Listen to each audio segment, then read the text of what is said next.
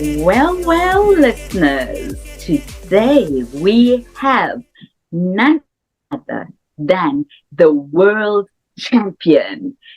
Mm, Help me welcome to this virtual podium the champion, Luisa. Luisa, welcome to Toast Talks with Coach Busi. How are you, Luisa? I'm doing great. Thank you so much. I might be coming down with a little bit of a cold, so I apologize if my voice doesn't sound the way it usually does, but I'm still on a whirlwind ride after receiving the award, and it's just changed my life in so many wonderful ways. But thank you so much for having me. I appreciate that. And this is the wonder that I have today as I sit here speaking to you. I first had a close to a one-on-one with you on the read along with Coach Dorothy.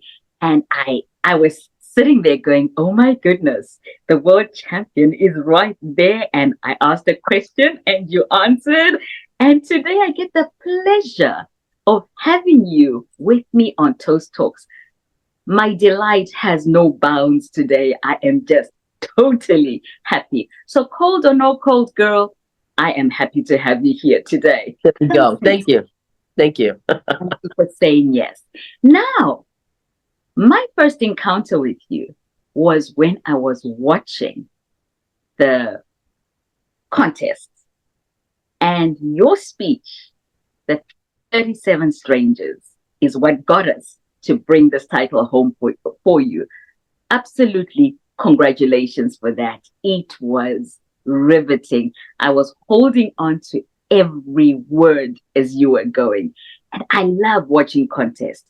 Not sure I'll ever contest myself, but I love watching. Tell me and the listeners, how did we get there? How did you start your Toastmasters journey to the point where you then got to the point of being the world champion? Please bring us up to speed. Well, that's a great question. And without going too far back with too many details, it was 1989 when I was working at Abbott Laboratories, and they were holding a contest as I was walking down the hallway on my way to HR to fill out some paperwork. I heard laughter, and I thought, something's wrong because people aren't supposed to be laughing at work. Well, I didn't know that they were actually holding a humorous contest, Toastmasters was. And after the gentleman finished his speech, the sergeant at arms opened the door for me, and I said, oh my gosh, what's going on? He says, well, ma'am, we're having a humorous contest right now. And I said, can I compete today? And they said, ma'am, you have to be a member first. I went, oh, okay. So I immediately joined, and I was with that club for about 3 years until my job no longer supported the club. I think I made a grave mistake, and I didn't go looking for another Toastmaster club, which is what I felt I should have done. But then again, once I retired in 2013, I moved back down home. I went to the library to work on some items I had, and I didn't have internet set up yet. And right there on the front door of the library was a big, bright yellow, it was yellow or pink, I want to say yellow flyer that said join Toastmasters. Wow. And that's exactly where I started my journey again. And ever since 2013, I've been competing the last, 11 years, trying to make it to the world stage to take home the top honor. And after 11 years, I was able to accomplish that. So that was that. Now that right there is a story of resilience. 11 years continuously working towards that. You knew inside you that it's something that was going to happen. What kept you, how were you so sure that it was going to happen? It's something I think within ourselves. We realize what's important to us, and we put a limit on what we're going to do to get there. If we want to lose weight, we say, okay, we're going to have to quit eating the sugar. We're going to have to quit drinking the sodas. We're going to have to do some exercise. So we put a limit on what we set our goals on. And I had put a limit on myself. And my goal was to eventually one day win the world champion. And I think the good thing about me is I'm rather saddened now because I can't continue to compete. Because once you win the first place in the world championship contest, you're not allowed to compete again.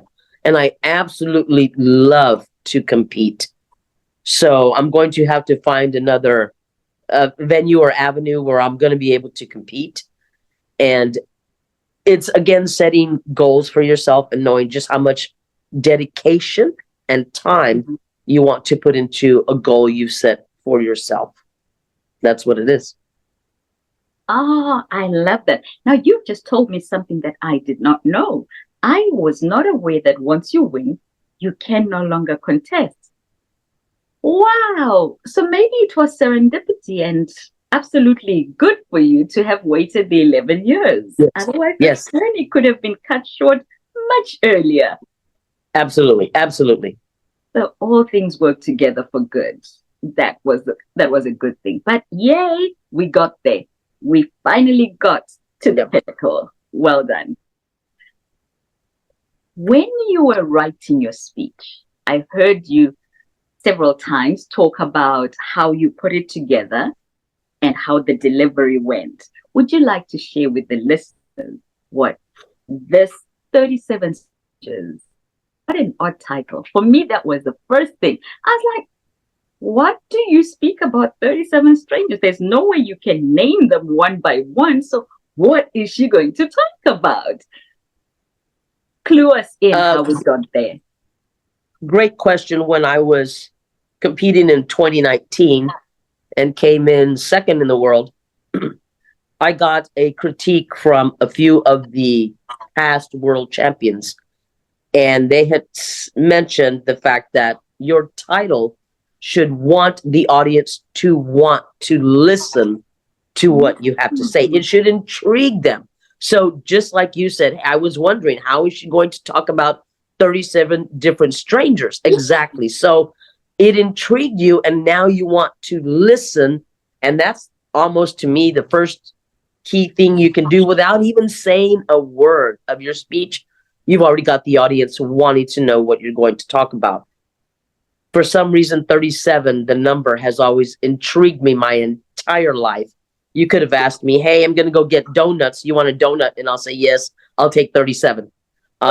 You could say, hey, how many cars? Or whatever. Yeah, 37. It was always 37, and I had no reason to actually want that number to be the main number in my life. But for some reason, 37 was there. I thought, okay, so I want to talk about all the people that saw the value in me while I lay there, unconscious, not breathing. And Louise, you've gone ahead. There might be people who didn't know what the speech was about. Not everyone might have watched it. So tell us what happened for you to get that speech going. Okay, great point. My apologies. The speech was about an accident, a car accident I was in 2.5 years ago, where the doctors had suggested I may never walk or may never leave my wheelchair again. However, I'm taking small strides and setting small goals to be able to make that fallacy. So with my speech, I want to acknowledge the 37 strangers that showed up at the accident. The nurses, the doctors, the paramedics, the helicopter pilots, the EMT specialists, the police. Everybody just came together to try to save my life. I did die for 6 minutes, and they were able to revive me. And I felt, I've always gone after life just big. But when you realize it could have been the last day on earth, and now I've been granted more time, it gives you a different perspective, I think. Mhm. And so I'm more of what I was before. And I wanted people to realize that a lot of times we question our value and what we are doing here on earth. Mm. And that's what I went through. I went through a lull of a depression. And if you would have asked me 10 years ago, have you ever been depressed? Absolutely not.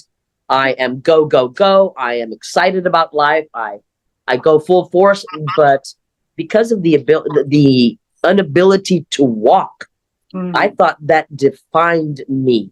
And I learned there at the rehab center, it didn't define me because all these strangers saw the value in me. Whether I was going to be able to walk again in my life or not is beside the point. So that's where I came up with the title 37 Strangers, because I did not know a single one of these people that showed up and actually, of course, you could say, hey, they were doing their job. But you have some people that go above and beyond doing the job. And I feel all these people that were there that day went above and beyond. There was a time, and I haven't really shared this with many, and I was going to give a speech on it, but now that I can't compete, I'll probably make it a keynote somewhere, is I woke up in the hospital. I was in a coma for a week. And I woke up, and when I woke up, my head hurt and everything, and I went to go like this, and I felt something on my head. My hair was in a ponytail to keep all my hair out of my face. And I went and I took off I thought it was a rubber band, but it was, I think for women, they call it a scrunchie, to where you can pull up your hair and you put it in a rubber band. And it was a black and white polka dotted scrunchie. And I still have it because to me, wow, I'm going to get emotional here. Somebody took the time to take off their scrunchie and hold their hair up and put it on my hair, so that I wouldn't have that problem. Oh, how beautiful is that? That somebody cared that much. For all I know, I wear my favorite clothes to work. So for her to give up her scrunchie, or for him to give up his scrunchie, I'm thinking it was probably their favorite one, and yet it didn't matter because they saw the value in me and thought I was worthy of that. So, wow, that's the story I spoke about. That's what I presented on stage, and I thought it would be, since this is Toastmasters International and it was an international contest, I wanted it to be something that my entire audience could relate to. Not just something that's happening in the United States, or not just something that's happening with Hispanics, or no, it had to be universal. And I don't know a single person. And if there would have been a person, it would have been me, that hadn't had a disappointing day. It would have been me, but I've had disappointing days. Thank God they've been few. But when you do have them, sometimes you're lost because you don't know how to react to it. And it's an emotion that we usually struggle with. So I just wanted it to be a universal message that, hey, I've been there, I'm okay, which means maybe when you're there, you're going to be okay too. There you go. What a message. I love the way you say a universal message. It really was.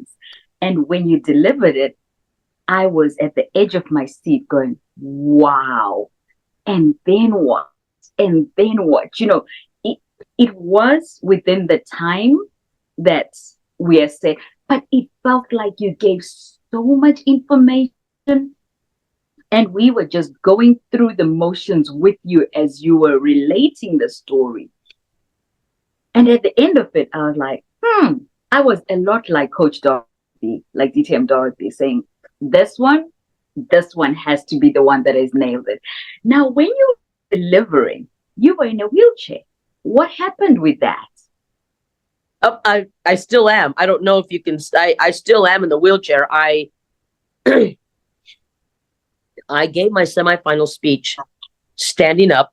They removed the wheelchair off the stage because I didn't want anybody to think or question or doubt, oh, she's using the wheelchair to get a point or two. Right. I didn't want that. So for the semifinals, I said, take the wheelchair away. I know I can stand for 5 to 7 minutes and give my speech. So they put a chair in front of me, and I held on to that chair unless I was using my props. But the beauty of it was, in fact, for the semifinal speech, I actually was able to use the chair as a prop, because when I say my doctor says I'll never be able to walk again, I push the chair to the side, I take 3 steps, and everybody was like, wow. Yes. So a testament to anyone who's been through a surgery, or when somebody tells you you can't do something, it's really up to you. You decide, not anybody else. You decide. So I was thinking I'm going to do my speech sitting in a chair for the finals. However, the day before, because Thursday was the semifinals, Friday was a day to go back and rehearse, and then Saturday was the competition. On Friday, I had a small accident in my wheelchair, to where my when I was pushing myself on the carpet, my leg actually bent and went under the wheelchair, and it was extremely painful. So even though I took Tylenol and hydrated and everything, I thought, Luisa, there's no way you're going to be able to stand for 7 minutes, because the pain would have been too excruciating, and I didn't want the audience to see that. Right. I didn't want them to think it was part of it. So, of course, I'm giving my speech on the final stage. I talk about going up to heaven, and I'm thinking, Luisa, stand up. Maybe you're going to be okay. And I stand up and I give my speech, and then I talk about leaving heaven, and that's when my niece said, Luisa, you need to sit down. Sit down now. And so I sat down, and it just coincided with the speech and where I was and what I was saying and what I was doing. I wish I would have been able to have stood the whole time, but I was in too much pain, and things work the way they work for a reason. I do remember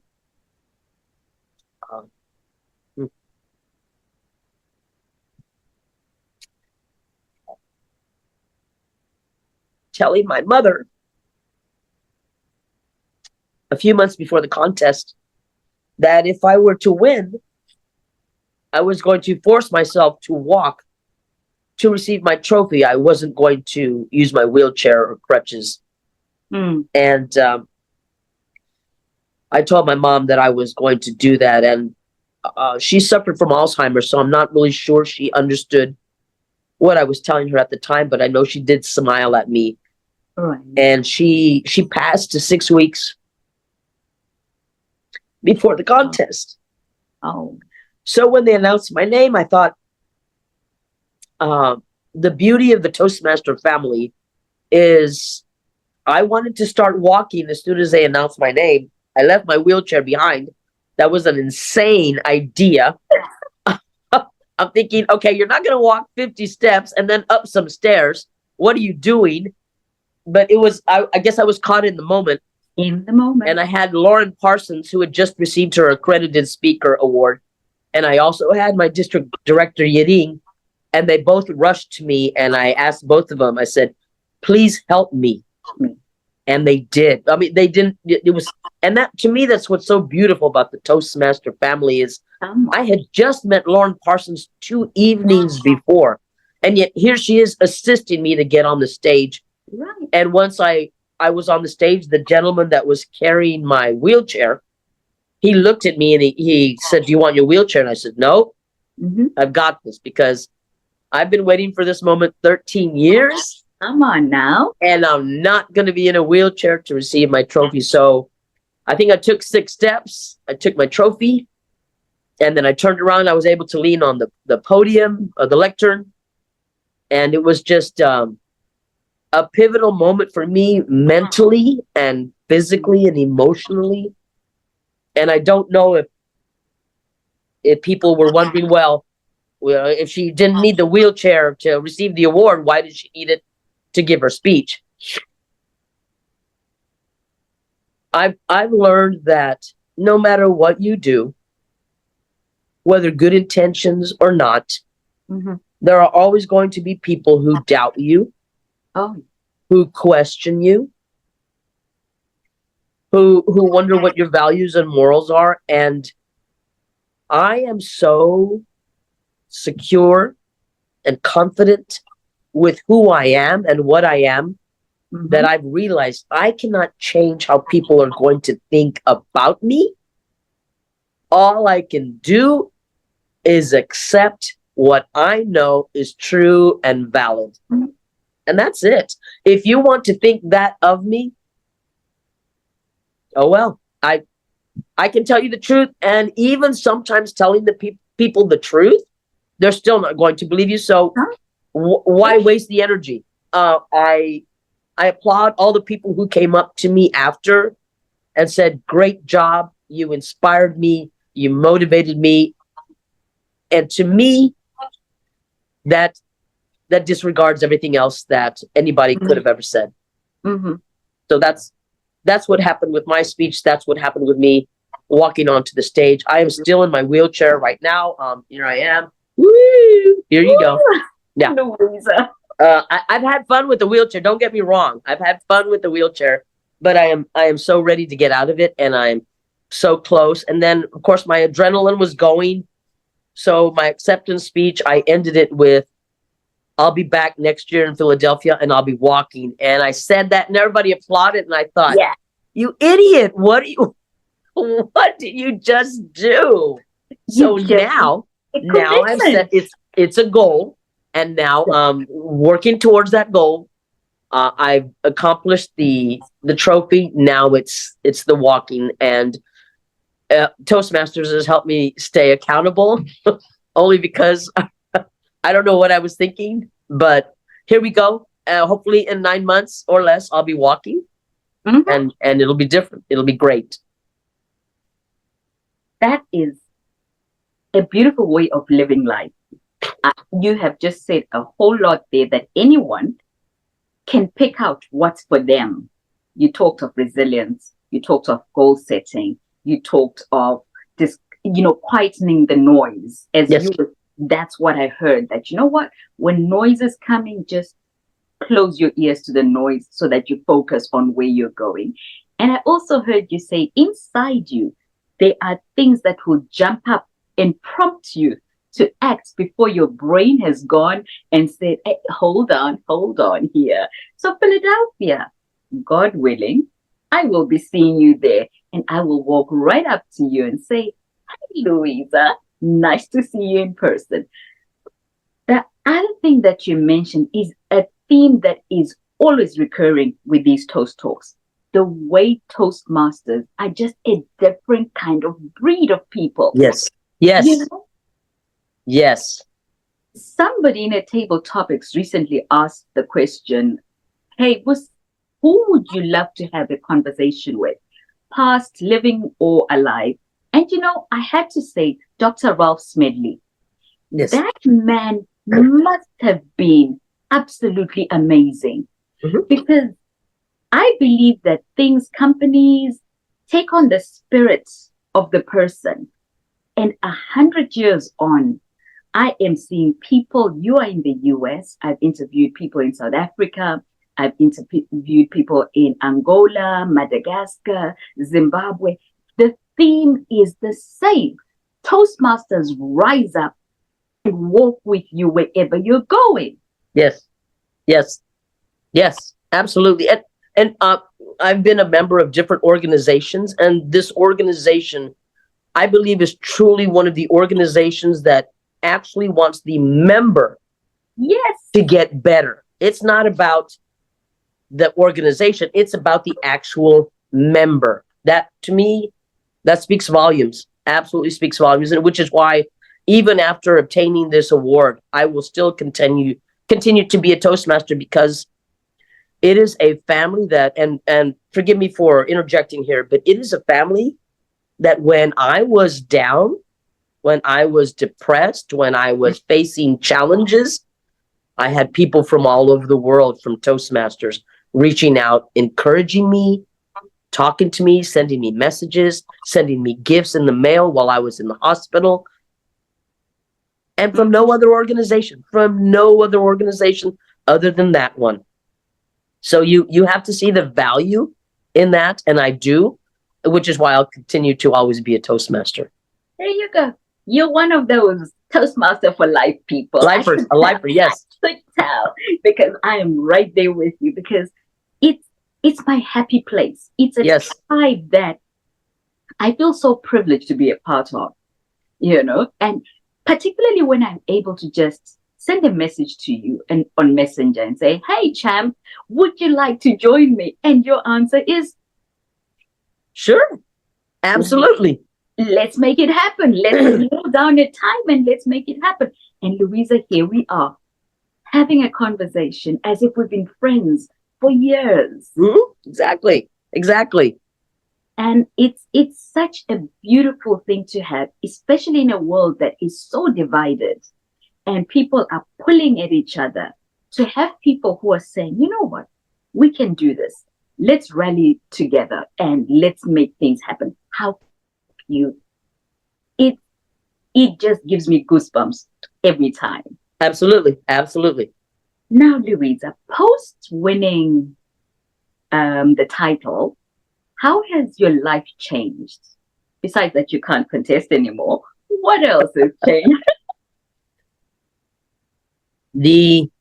I think the largest difference or change that I've had to make and had to adjust to is the fact that 12 years ago, when I rejoined Toastmasters, I rejoined because I had just recently retired. Now, when you retire, to me, you walk out on the front porch, you have a cup of coffee, you gossip about the neighbors, which I don't have a front porch. I don't drink coffee, but I can still gossip, although I don't. But to me, retirement meant if I wanted to sleep in, I could. If I wanted to not do anything one day, I didn't have to.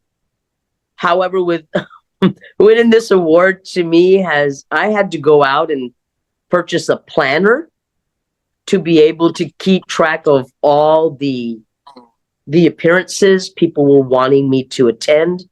And it is, I go through Monday, Tuesday, Wednesday, and I have Toastmaster meetings I go to here locally. And some are on Zoom and some are in person. But to be able to visit people across the world, different times, different cultures, different histories, different languages, different everything, to me, it's absolutely beautiful. So now it's for all of May, I will be in Europe, I believe, attending conferences. How beautiful is that? For April also, I'll be here in the US attending conferences. It's not only that, it's also given me the platform to be able to help me launch what I want to launch, which is my free spay and neuter program for the homeless dogs here in South Texas. And being able to say, okay, the world champion of public speaking is about to give a speech. Hopefully people will say, oh, let's listen. Because it adds validity to what I'm going to say and the point I want to get across. So to me, it's expanded and enriched my horizons like never before. Luisa, I could go on and on with you, and I have to stop here, though. I am so grateful that you were able to find time in your planner. I thank God that you bought it and you managed to pencil me in, and here we are. It has happened. There's so many valid lessons that you have shared, and Jim Quick has a phrase that says something like, the lives we live are the lessons we teach. So starting right from the title of your speech, 37 Strangers, that for me spells out a grateful life, because you put it out there because you were grateful that these strangers worked so hard to come to your assistance. And you reiterated it when you're talking about the scrunchie, that a lot of people may have just let that fly past them, but because you have such an attitude of gratitude, you took note to say somebody cared enough. They could have used a rubber band, mind you. Every office has a rubber band, but someone thought, no lady wants a rubber band in her hair. I have a scrunchie. I'm going to share. So thank you for bringing so many points across in this conversation. And I know that you and I, this is just the beginning of a beautiful relationship. Fantastic. Wish you all the best, Luisa. And let's see if we can make that meeting happen in Philadelphia. Absolutely. Once again, thank you so much for having me on your show, and I appreciate the time. And to all my Toastmaster family, thank you so much for all the support they've ever given me. Thank you. Thank you so much. And on that note, dear listeners, this is CoachBusi and the world champ for 2024, Luisa.